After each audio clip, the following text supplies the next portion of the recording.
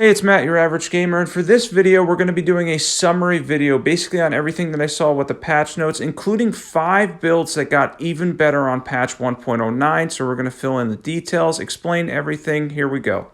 If you follow me daily, you can skip to about 3 or 4 minutes into this video because I'm going to cover the 2 I did this weekend as well because obviously there were big changes. We're going to start with the Great Club here. The Great Club was something that was changed because they added holy damage and faith scaling to the weapon, which in my opinion made it even better. It is something that should have been done probably months ago, but the Great Club is now a better weapon. For colossal weapon users, this is something that hits really hard, and again, it gives us another strength faith weapon, which is pretty much my favorite class, I think, of weapons in general, because I enjoy strength and faith builds the most. I really do like the big bonk weapons in the game. They're kind of funny to use, and this is one that definitely is no exception because of the fact that it literally is a great club, and it does obviously a little bit of posture damage with the jumping attacks too, and it's something you can build around to get a lot of damage out of. Great Club, believe it or not, is now on my favorite weapon list. It was really fun to use. Let's get into equipment. For equipment, we have the Great Club, preferably plus 25. Any seal will do. We have the Raptor's Black Feathers for the jump attack boost. Dragon Crest. We have the Axe Talisman.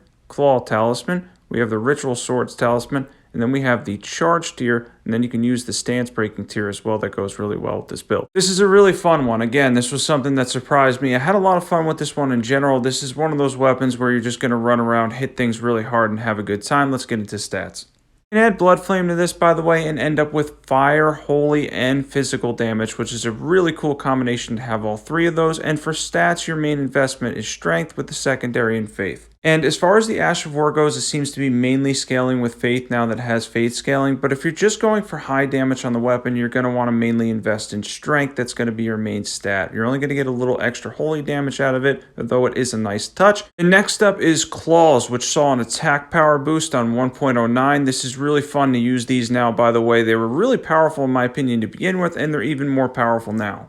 This applies to both the Raptor's Talons and, of course, Bloodhound's Claws. Both of these, by the way, are absolutely fantastic to use now. Throw on Blood Flame between the attack power boost and the amount of bleed you're going to get. They're really powerful builds. Just a quick note real quick, by the way, if you're not a part of the Discord's been blowing up lately, so definitely be sure to join that. It's in the description below. There's over 300 people in there. It's been really fun having a great community on here and in Discord. I really appreciate everybody. And if you're not subbed, be sure to sub to this channel as well. If you love awesome Elden Ring content, we've been doing a ton of builds lately. I've been doing pretty much 5 new builds a week. It's been an absolute blast, having so much fun with that, by the way. And back to the claws and how much damage these do. The attack power boost, very noticeable. Also, like the Great Club, I really enjoy the claws now. After the attack power boost, beforehand they were a lot of fun. They're even more fun now. And if you get bored of the general bleed, jump attacks, and whatnot, claws are definitely something that's on the table now for you to use if you want quick bleed build up and quick successive attack damage. These are really fun, whether you're using Bloodhounds or Raptor's Talons, whatever your preference is. These are really powerful now. This is something you definitely should consider on patch 1.09, especially if you like the bleed build-up. Successive hits, they're incredibly powerful. Let's get into equipment. For equipment, we have Bloodhound's Claws plus 25 preferably. Any seal will do. We have the White Mask and Raptor's Black Feathers, Lord of Blood's Exaltation, Rotten Wing Sword Insignia,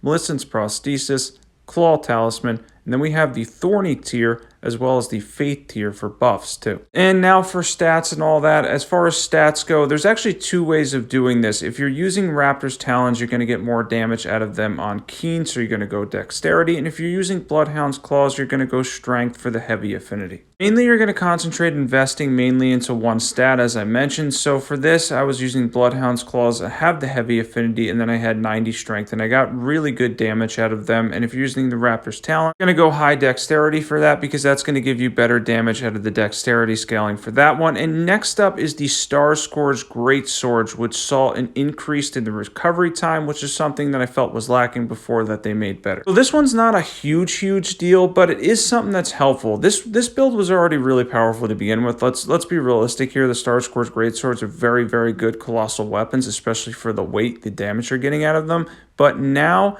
the recovery time and what you're able to do as far as attacks out of the Ash of War is quicker. So that should be able to help some people that go from the Ash of War back to the weapons and whatnot. They did speed up a lot of recovery times. They've done that recently on patches. And another thing that helps, let's get into equipment. For equipment, we have the Starscourge Greatswords plus 10. Any seal will do. We have the Highland Axe for its passive, Raptor's Black Feathers. We have the Roar Medallion. We have the Shard of Alexander, Ritual Swords Talisman, Dragon Crest, preferably the Great Shield Talisman, and then we have the Magic tier along with the Faith tier to help us with some buffs as well for this setup. And now let's get into stats. Now for stats, this is mainly a strength weapon. For me, I like to go with more minimum or low intelligence on this build and then go for high strength to get the most damage out of the slam down, which seems to be the physical component. The strength component is the better scaling. However, the initial contact is more intelligence. That initial contact, by the way, is what's boosted by the Roar Medallion and the Highland Axe passive, so you will get a damage buff from using both those. Are definitely something that you want to add to this build. And then I was using Golden Vow and Flame Grant Me Strength. Next up, Morgott's Cursed Sword saw a boost as well in patch 1.09. So for Morgott's Cursed Sword, there was a couple things. First things first, on the Ash of War, the explosions now generate slightly faster. Not a huge boost, but slightly noticeable, but mainly the recovery time on everything is a lot better. Recently, by the way, I did mention on another video, this is one of my favorite builds in the game as far as weapon arts that are really fun. If you haven't tried this build, this is something you should definitely do. If you're really into just fun builds or having the most fun you can,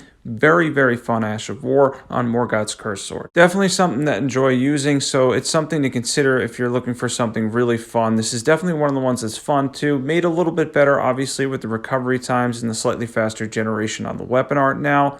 And it was really nice to see this weapon get a buff because, again, this is one of the most fun weapon arts for me. It's one of the most aesthetically pleasing weapon arts as far as it goes to because it just looks cool. The fire, the effects, everything, the explosion. It's a really cool weapon art. Definitely something you should consider picking up and trying out. This is definitely a fun one. Let's get into equipment for this build.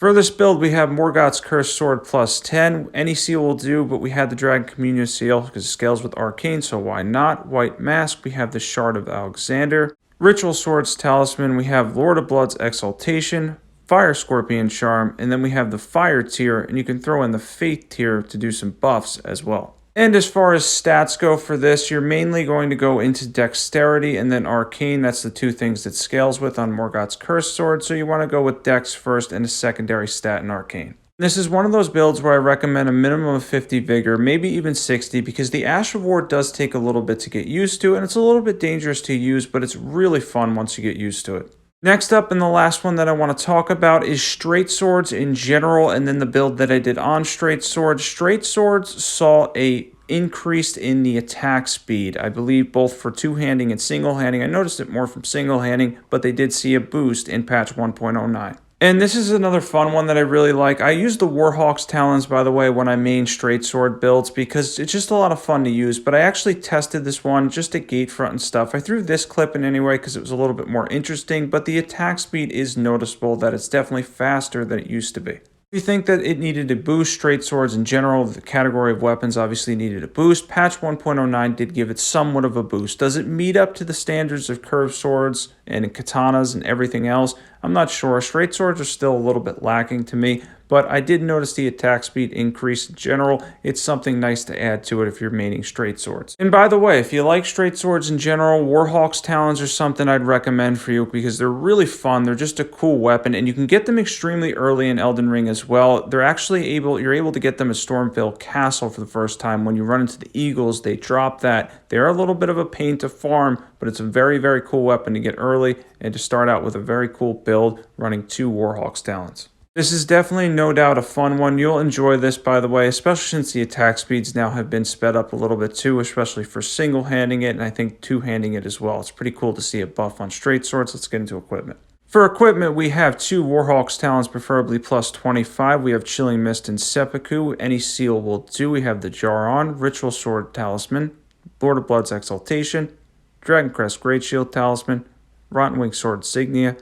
We have the Thorny tier, and you can throw in the Faith tier for buffs as well. And now let's get into stats. The main stat that we're looking at here is dexterity, where it's going to eventually scale with a B. These are mainly dex weapons. As far as straight swords go, by the way, this was an arcane build, so we had the arcane 2. Dex and arcane were our two main stats. They are a little bit lacking compared to some other categories, but it is nice to see them get a buff. I anticipate that they may be buffed again in the future because, again, they're still lacking a little bit, but the attack speed being increased was a nice add.